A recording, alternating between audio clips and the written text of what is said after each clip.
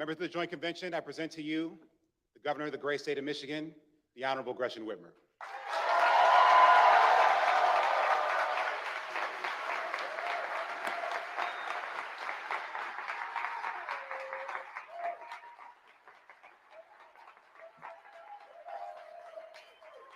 Thank you.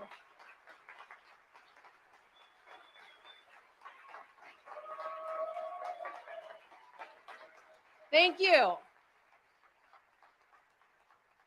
Thank you. Good evening, Michigan. It is so great to be back here at the Capitol, and it feels even better to be making history. I am honored to stand between Speaker Joe Tate and Majority Leader Winnie Briggs.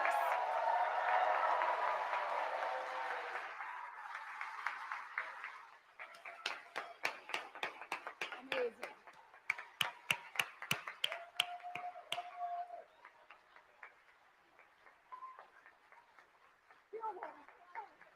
Isn't it great?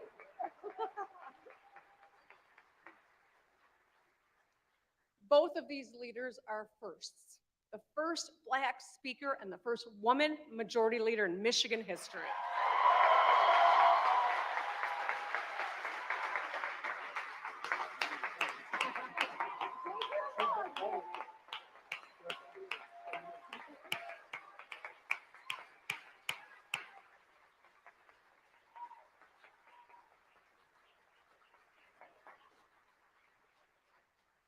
They will certainly not be the last. So, Speaker Tate, Majority Leader Brinks, Minority Leader Hall, Minority Leader Nesbitt, I look forward to our partnership centered on problem solving. It's what the people of Michigan deserve. Now let's also take a moment to honor our Michigan State Police and our Michigan National Guard.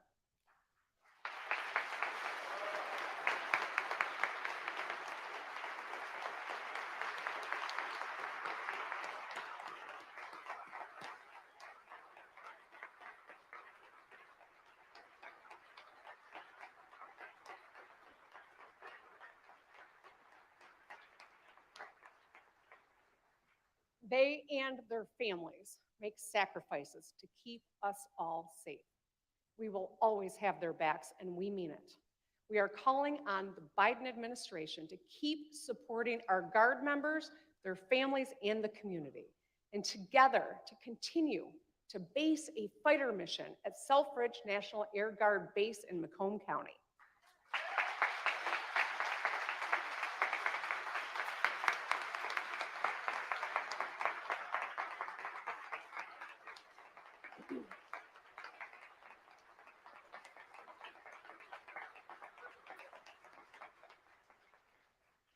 And now I want to acknowledge our Lieutenant Governor Garland Gilchrist, Attorney General Dana Nessel, Secretary of State Jocelyn Benson. You have been strong allies and great friends.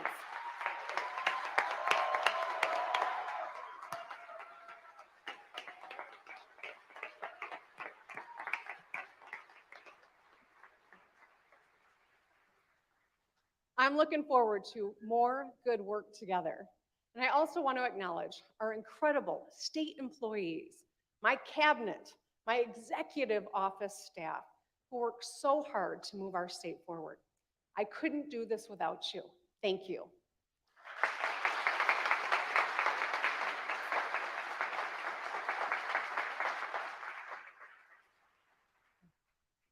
My fellow Michiganders, we spoke with a clear voice in November. We want the ability to raise a family without breaking the bank. We want strong protections for our fundamental rights to vote and control our own bodies. Leaders,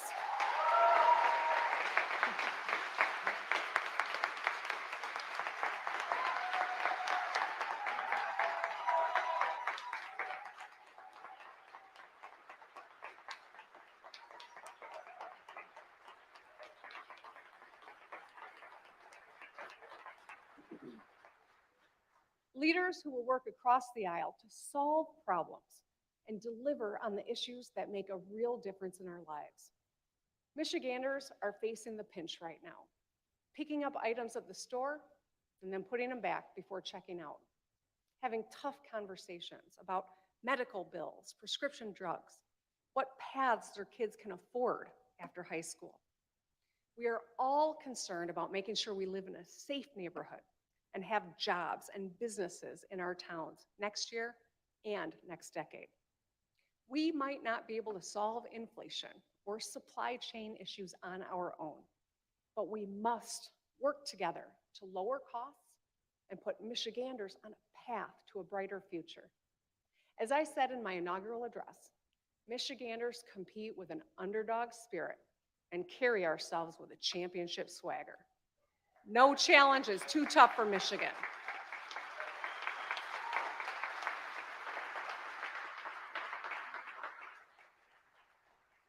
No challenge is too tough for Michigan. So tonight, let's talk about what we can do and where we are going together. We are eager to chase our bright future with hustle and grit. Michigan, the state of our state, is strong and ready to go.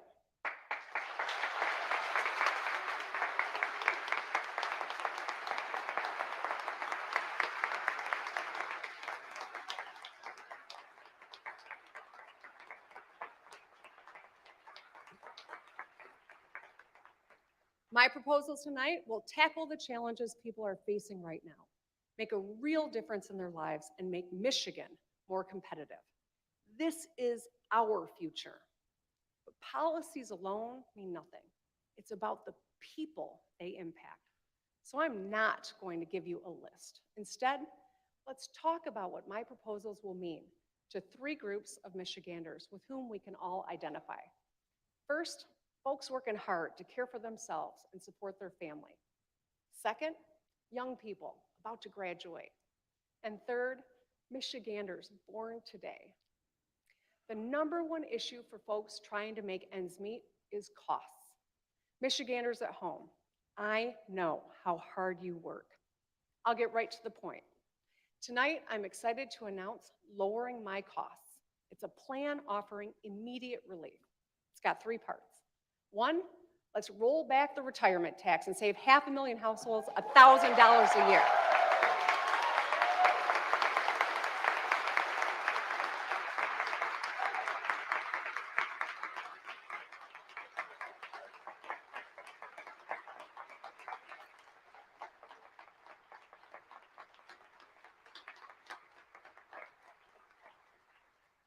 Second, let's expand the working families tax credit, delivering at least $3,000 refunds to 700,000 families.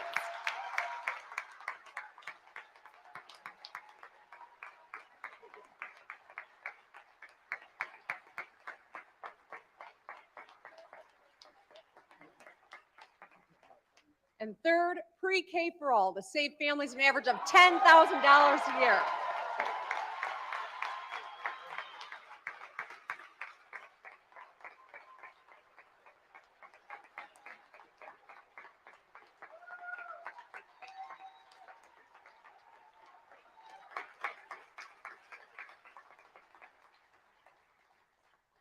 I know we might have different perspectives here, but I sure hope we can all get around supporting 4-year-olds across Michigan.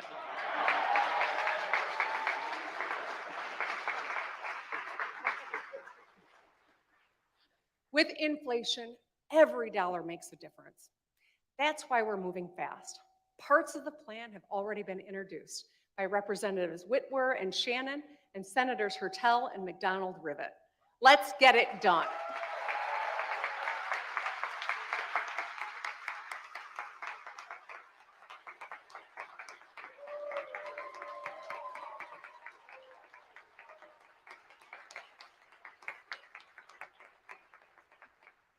Now let's talk about what lowering my costs means for you. Repealing the retirement tax will make a huge difference for our seniors. Ultimately, it will save 500,000 households an average of $1,000 a year. That's money for prescriptions and groceries and gas or gifts for your grandkids. Now, I fought this tax when I was here as a legislator and as governor because I know it hurts people. We need to get this done for Michiganders like Michael, a retired firefighter from Livonia. He, like so many, was aghast when his retirement income was suddenly taxed. He spent his career putting his life on the line to pull his neighbors from burning buildings. And then the state changed the rules in the middle of the game, raising taxes on his hard-earned dollars. Seniors who served, saved, and did everything right deserve to keep more of what they earned. Let's get it done.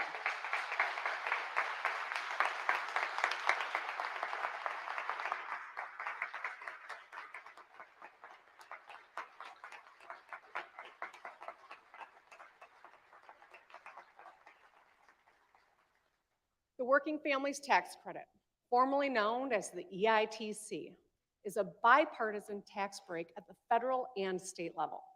Boosting it delivers an average refund of at least $3,000 to 700,000 families. As we work together to build a brighter future, we need to lower costs and support every kind of family, those who have kids and those who do not. The Working Families Tax Credit benefits all kinds of families and directly impacts nearly 1 million Michigan children. That's half the kids in our state. It'll put hundreds of millions back in family budgets and help with rent, school supplies, and food on the table.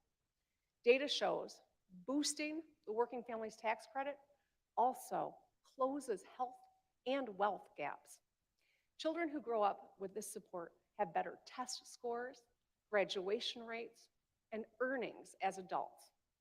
The credit especially benefits single moms and working class families of every race in all 83 counties, from city centers to small towns. In the words of President Ronald Reagan, the best anti-poverty, best pro-family, best job creation measure is what we're calling the Working Families Tax Credit. Let's get it done.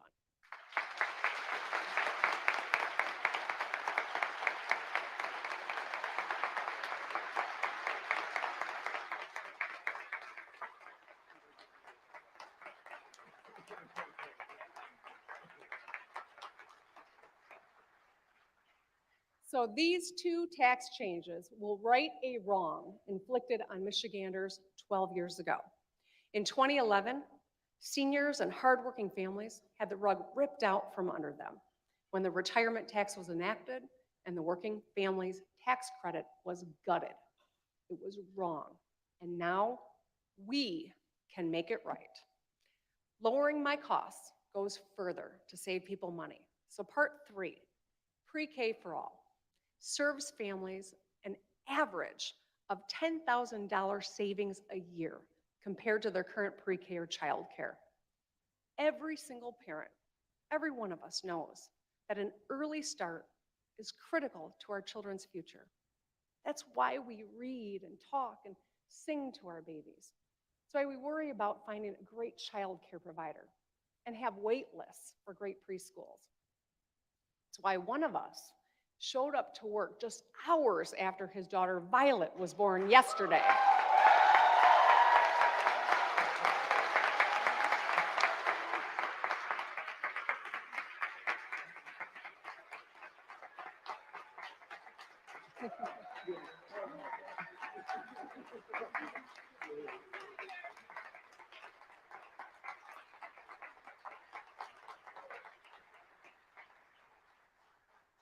Representative Andrews, I hope you are enjoying some well-deserved time with your newborn. Congratulations to you and especially Laura, who did all the heavy lifting on that one. But here's why he showed up to vote, because we know that our work matters. Data shows that children who go to preschool are more likely to graduate, earn a certificate or degree, and get a good paying job. Preschool helps employers too, and that's why so many business groups support it. Unfortunately, affordable preschool is just too hard to get for too many. 20 years ago, it was invaluable for me. Without it, I could not have raised my girls and continued my career. And most of the people in this room could say the same. We were fortunate because we had access and we could afford preschool. Every parent and every child in Michigan deserves the same because we all want what's best for our kids. So let's expand our bipartisan preschool effort, the Great Start Readiness Program, so every 4-year-old in Michigan can access a free public preschool education by the end of my second term.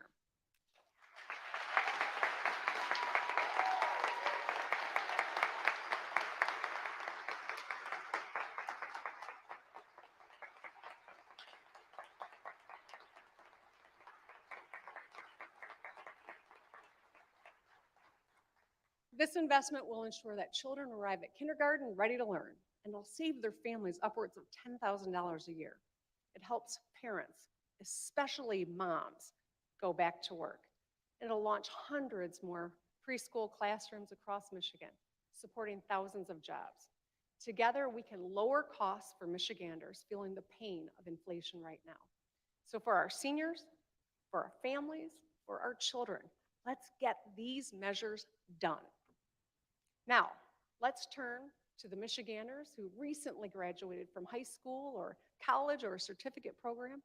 I'm looking at my daughters and I'm thinking about all the young people in our state. They're smart, they're engaged, they're fighting for their future. Record turnout on campuses last November proved it.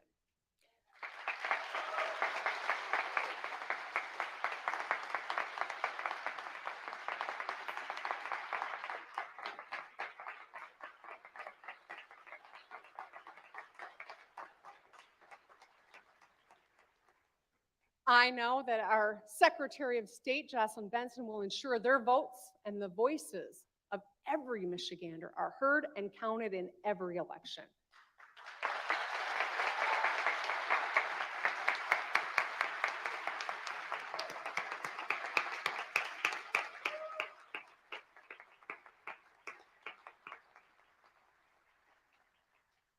So together, we are going to expand voting rights, protect election workers, and build on last year's bipartisan law to help military members and their families overseas to make sure their votes get counted too. To keep young Michiganders here and attract even more talent to Michigan, we got to focus on two things: economic opportunity and personal freedom. To deliver on these priorities, I'm excited to announce Make It in Michigan. First, opportunity, a quote from the 90s. It's the economy, stupid.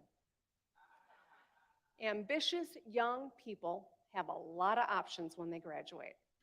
As they decide where they want to live, we must make sure that Michigan is the answer, not just for a few years, but for the rest of their lives, by creating opportunity that lasts for decades. So let's start with the good news. Just over a year ago, in a bipartisan way, we came together to create powerful new tools to attract jobs and investment to Michigan.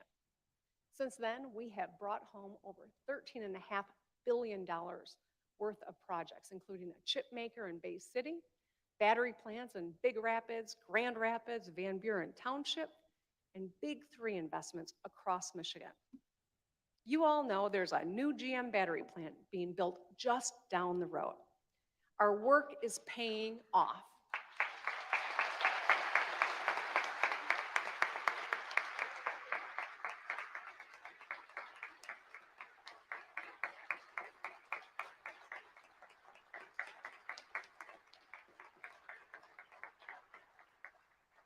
And as the mayors and county executives here know, when we compete and we win, it is good for everyone in the community.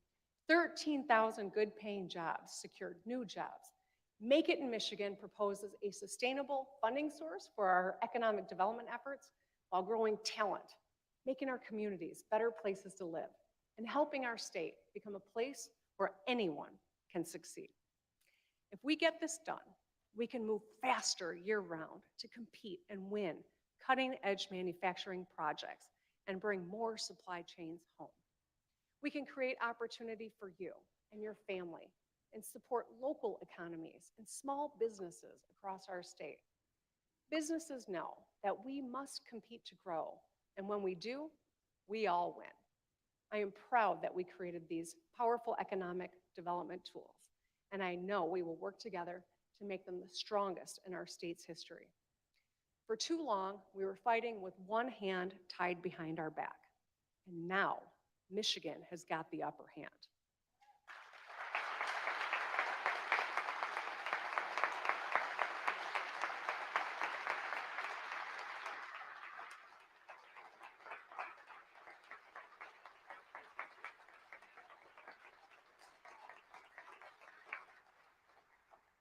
Hustling for more projects is a solid first step, but building a strong economy is a marathon, not a sprint.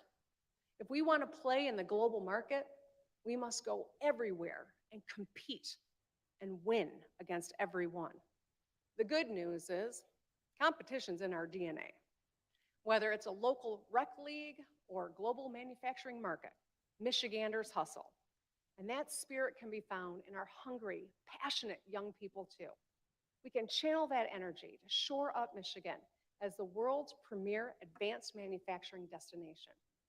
The last few years, with economic shocks in China and Russia's invasion of Ukraine, have demonstrated that a domestic supply of chips and energy is tied to national security. And that's why over the last few weeks, I've met with business leaders around the globe and across our nation. And I told them what Michigan has to offer. Friendly, hardworking people, unbeatable natural resources, a great quality of life at a good cost of living.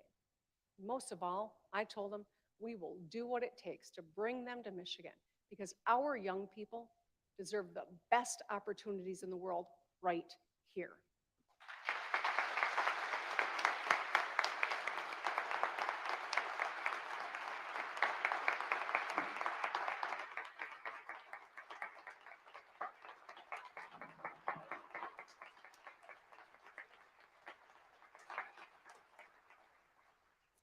To quote our great senior senator, Debbie Stabenow, Michigan makes stuff and we grow stuff. So let's develop that core strength by manufacturing the building blocks of the future right here in Michigan. Let's keep bringing supply chains of cars and chips home to Michigan. And let's increase domestic clean energy production like wind and solar so we can produce more energy in America instead of overseas.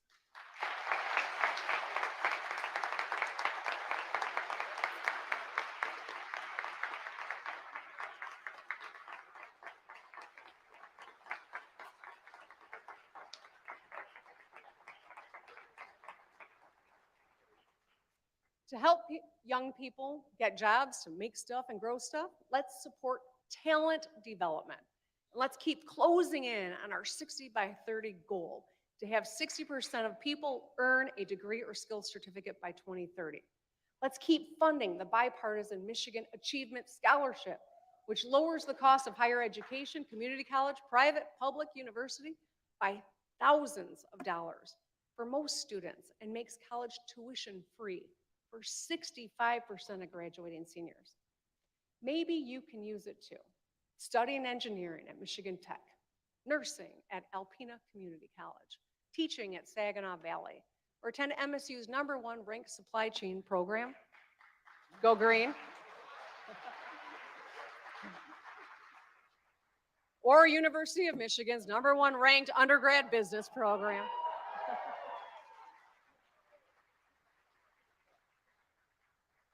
Rivalries are fun, but we are all on Team Michigan. We got 15 phenomenal universities and community colleges across the state. Let's find apprenticeships and initiatives that are putting nearly 200,000 Michiganders on tuition-free paths to higher education or skills training, helping them land good-paying union jobs.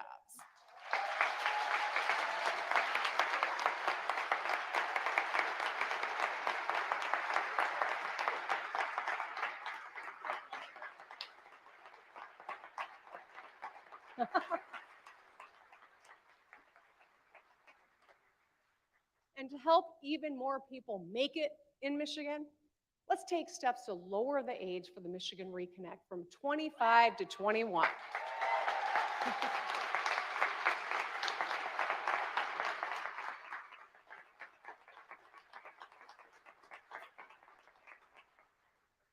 Reconnect is our bipartisan program that offers anyone 25 and older a tuition-free associate's degree or skills training. I want to thank Senator Anthony for her work to establish and grow this program.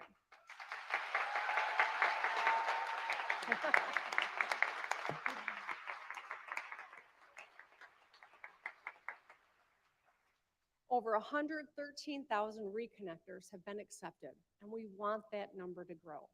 Let's unleash opportunity for our young people while offering companies the skilled, hardworking talent they need to succeed here in Michigan. Now, the other half of attracting and retaining young people is standing up for their freedoms. Just a few months ago, Michiganders told us that people should be able to make their own decisions about their own bodies. Let's get to work.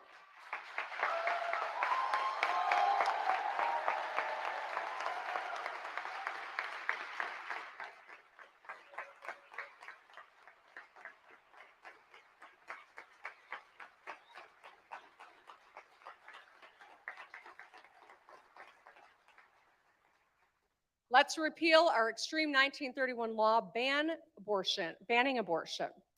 And I want to thank the Progressive Women's Caucus for their leadership on this issue, and Representatives Pohutsky and Senator Geis for introducing legislation to get it done.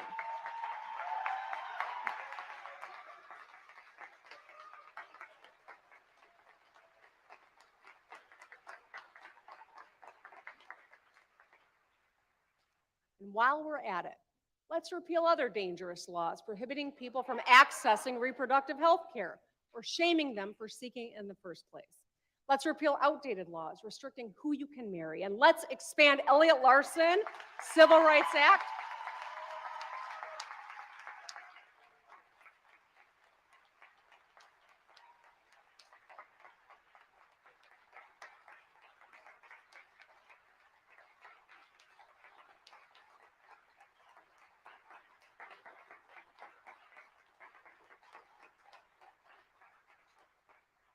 Let's expand the Elliott Larson Civil Rights Act so you can't be fired or evicted for who you are or how you identify or who you love. That's your business.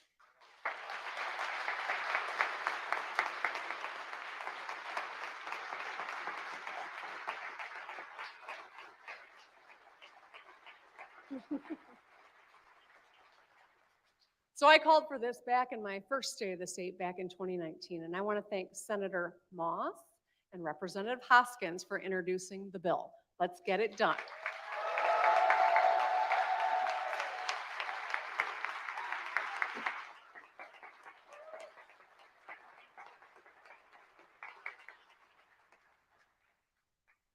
Protecting these freedoms is the right thing to do, and it's just good economics. States with extreme laws are losing talent and investment because you know what? Bigotry is bad for business.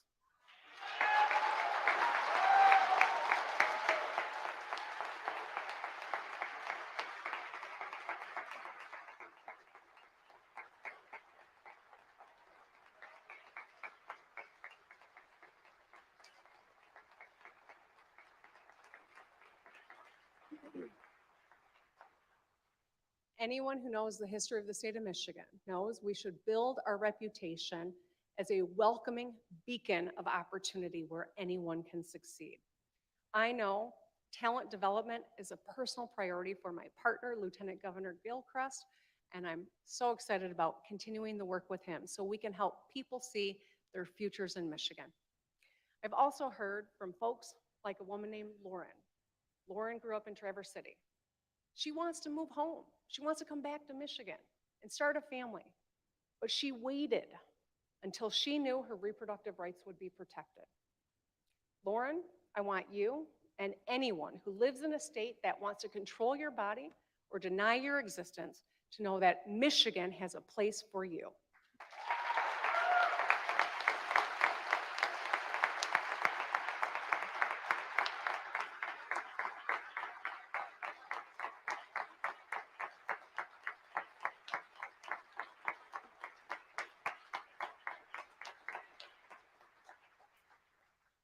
So together, we're going to change Michigan from a state with century-old bans to forward-looking protections. Our message is simple. We will fight for your freedom. And you know what? Let's go on offense. I'll go to any state that restricts people's freedoms and win business and hardworking people from them. I'm looking at you, Ohio and Indiana.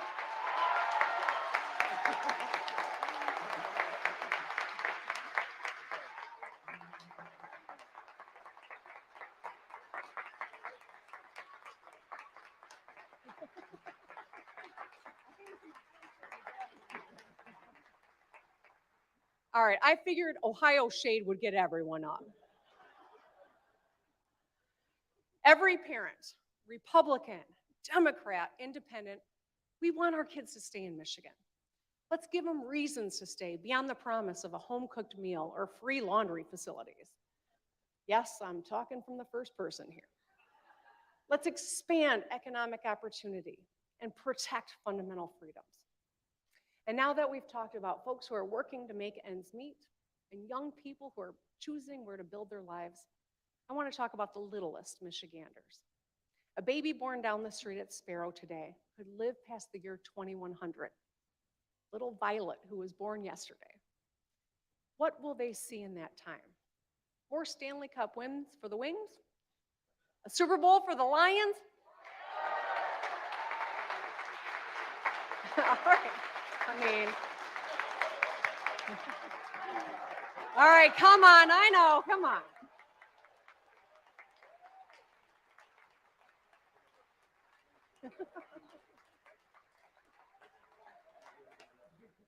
A World Series for the Tigers?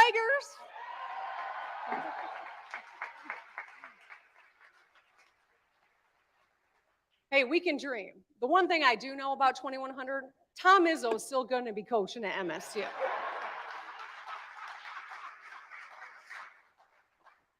The truth is, we have no idea what kids born today will live through. Heck, when I was here 3 years ago, we had no idea what we were about to live through. But what we do know is that we can act now to set them up for success. A lot's going to change by the year 2100. But what children need to succeed will not. Today, I'm proposing bold investments in public safety and education to make sure that a child born today lives in a safe neighborhood and can get a great public education. Over the last 4 years, we made record investments in our children and schools by leading with our shared values. We closed the funding gap between schools and brought student investment to an all-time high 4 years in a row without raising taxes.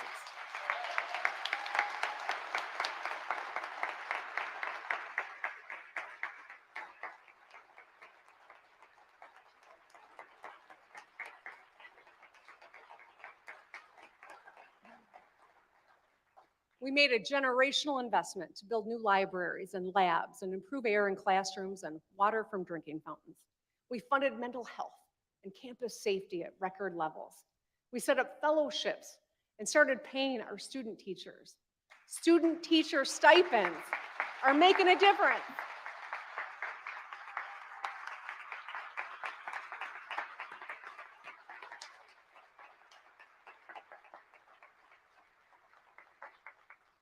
Student teacher stipends are already making a difference for future educators like Zahara from Canton. She uses the money to pay her bills as she gears up to enter the classroom. Zahara, we are rooting for you, and we will continue having your back. We'll continue this work so every classroom has a caring, qualified educator. In the months ahead, we'll deliver another strong education budget, but we must do more. Let's fund My Kids Back on Track and offer every child personalized learning support to get them back on track for long-term success. I want to thank Representative Hadsma for championing this issue. When a child gets a great start and learns to read and graduates high school, there he is.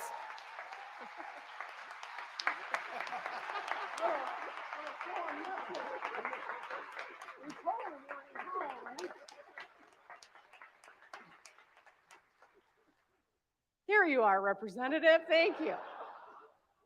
But when we invest in an early start and a child learns to read and graduates high school, they're on track to land a good paying job or pursue higher education.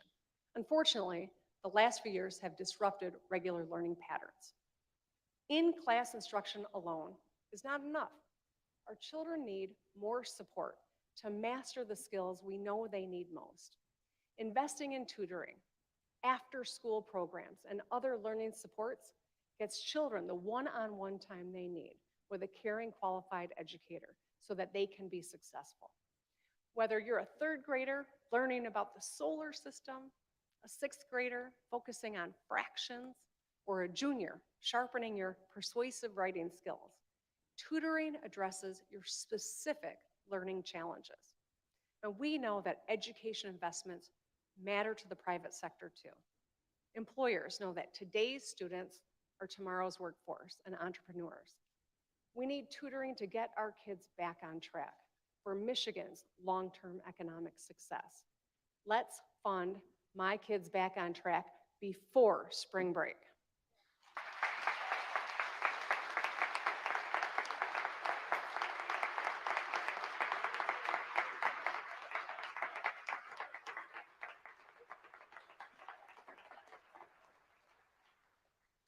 Now let's talk about public safety. As a former prosecutor, public safety is a top priority for me. I will work hard to make sure everyone can get home at the end of the day. And I'm proud to have a strong partner in our Attorney General, Dana Nessel.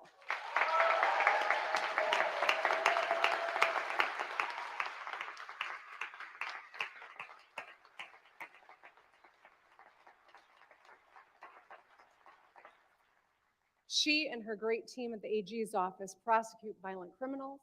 They're shoring up consumer protections and facing down anyone who tries to harm Michiganders. Thank you.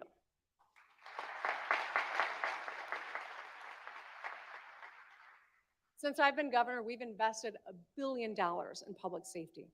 Let's continue funding law enforcement with better training, oversight, and access to mental health resources. Police officers, state troopers, and prosecutors, they got tough, dangerous jobs.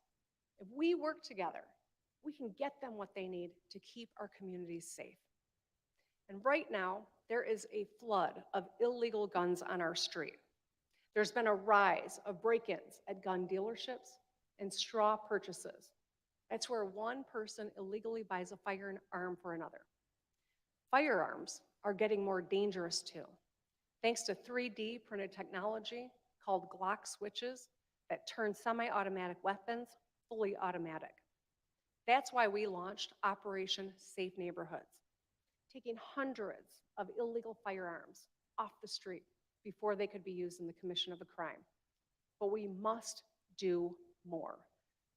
So the world our kids inherit is not more violent than the one we inhabit now. The time for only thoughts and prayers is over.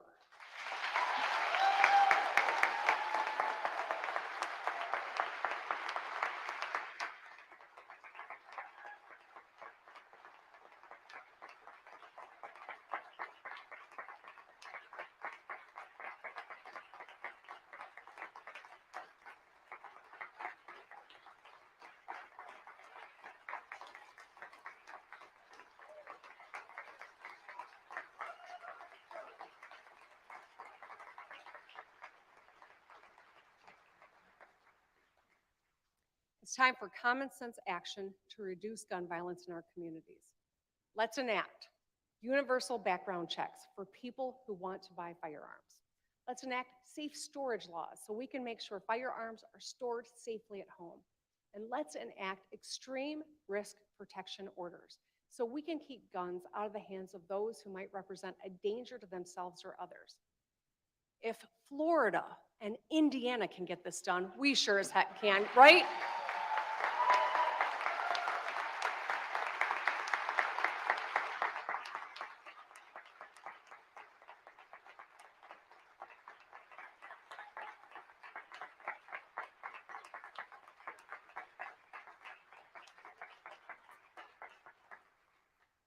Despite pleas from Oxford families.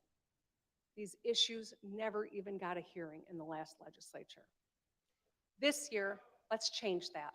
Let's work together to stop the violence and to save lives. I want to thank Senator Baer and Representative Braybeck for their leadership on this issue.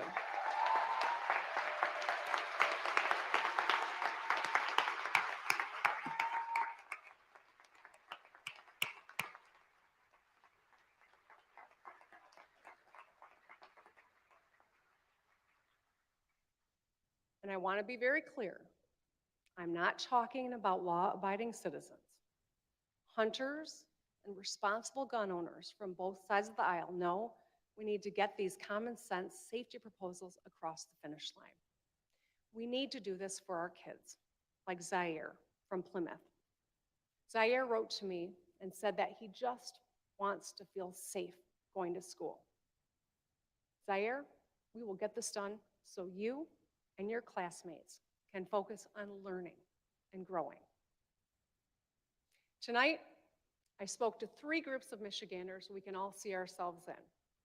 I propose that we lower my costs, we make it in Michigan, and fund public safety and education. There are many more priorities I will share in my budget proposal in 2 weeks.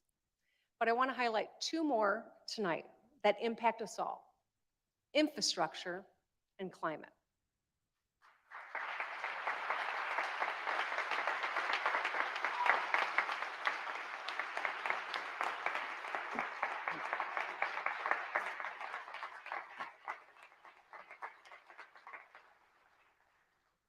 Now, if you just moved to Michigan or you've been living under a rock, you might not know roads are pretty important to me and to the people of Michigan. Our state flower might as well be an orange barrel. Since I took office, we fixed 16,000 lane miles, 1,200 bridges, and we supported 89,000 good-paying jobs in the process.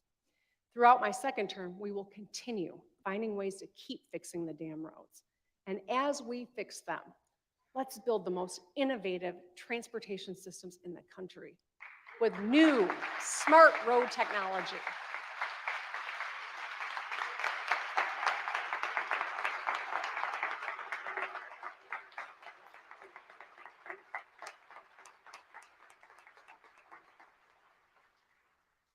With new smart road technology, we can avert hundreds of crashes and get the next generation of Michigan-made vehicles on the road.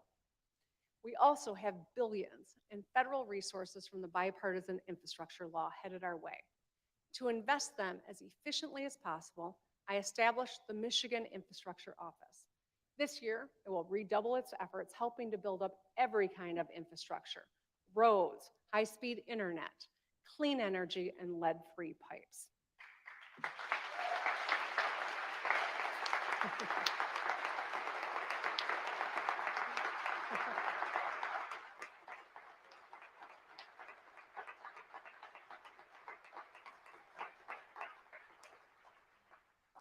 Last but certainly not least, it's our shared duty to face climate change head on and protect our land and our water.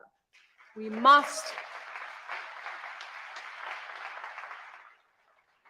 must pursue climate action while creating jobs, lowering costs, and becoming a hub of clean energy production. Last year, thank you, Abe.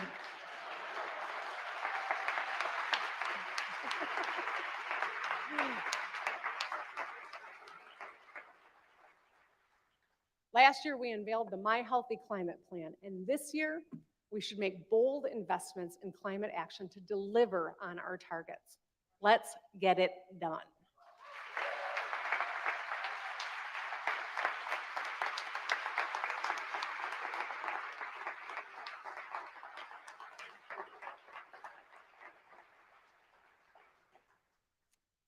I am honored, I'm truly honored to be standing here as your governor. And I will work with anyone who's serious about solving problems so we can move our state forward. Before I go, I want to talk about an American superpower: belief. I've always been a hopeful person. I believe in our bright future. I write in my gratitude journal every day, and insist on quoting Ted Lasso, much to my staff's chagrin and occasional delight. Don't get me wrong, I am not naive. Over the last 4 years, we have faced historic challenges and seen the visceral consequences of political division. The prevailing take now seems to be that things will get worse, and fatalism is in vogue as people wonder aloud whether America's best days are behind her. I reject that. We cannot mistake pessimism for intelligence, and we must never forget who we are. My fellow Michiganders, we live in a special place. Our beautiful state has played host to so much progress because of our unbreakable, hopeful spirit. As the world grapples with big challenges and asks itself tough questions, our responsibility as Michiganders is to roll up our sleeves and do the work. On May 31st, 1907, that's exactly what President Teddy Roosevelt reminded us at a speech just down the road at Michigan Agricultural College, known as MSU today. I think Tom Izzo was coaching then too. President Roosevelt said, "I believe in the happiness that comes from the performance of duty, not the avoidance of duty. But I also believe in trying, each of us, as strength is given us, to bear one another's burdens." Michigan, let's embrace our duty. Let's show everyone that the cure for cynicism is competence. Let's lead by example as a state of hard-working, happy warriors. As Coach Campbell said, we know what we are. So whether it's your buffs or the map decal on your car or your grit hat, let's show the world we are Michiganders and nothing's going to get in our way.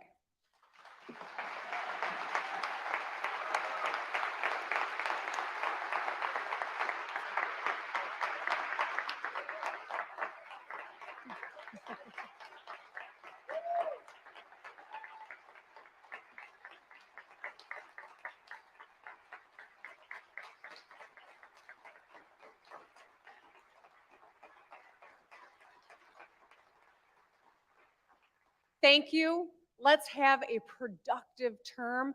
Drive safely and good night.